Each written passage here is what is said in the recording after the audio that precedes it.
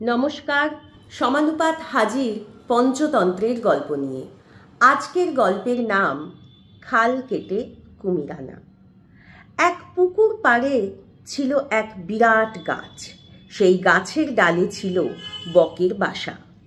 একদিন সেই বক পুকুর পাড়ে জলে এক পায়ে দাঁড়িয়ে হাপুস নয়নে কাঁদছে।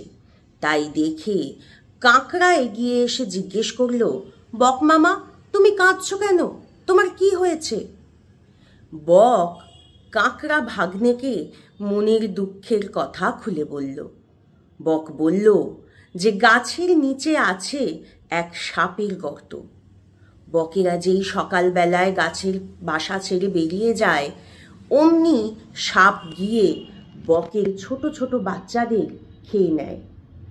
এর কি কোনো উপায় কাঁকড়া ভাগ্নে করে দিতে পারবে?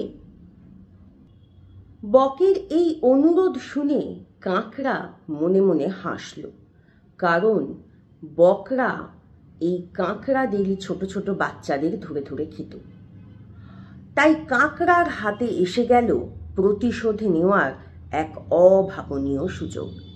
সে বলল, বক মামা, তুমি চিন্তা করো না, পুকুর থেকে বেশ কিছু মাছ ধরে নিয়ে সাপের গর্ত থেকে বেজির গর্ত পর্যন্ত একটা লাইন বানিয়ে দাও।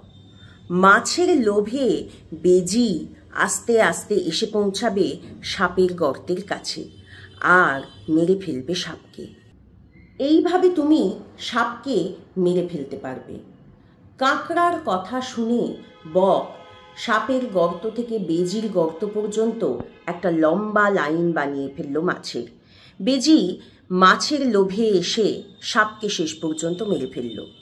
কিন্তু সেখানেই গল্প শেষ হলো না। বেজির সাপ মেরে ফেলেই সন্তুষ্টি হলো না। এবার সে বকের ছোট ছোট বাচ্চাদের খেতে আরম্ভ করলো। বক তখন মনে মনে বলল, হায় হায়, ধূর্ত কাঁকড়ার বুদ্ধিতে আমি শেষ পর্যন্ত খাল কেটে কিনা কুমির আনলাম। আজ এ পর্যন্তই।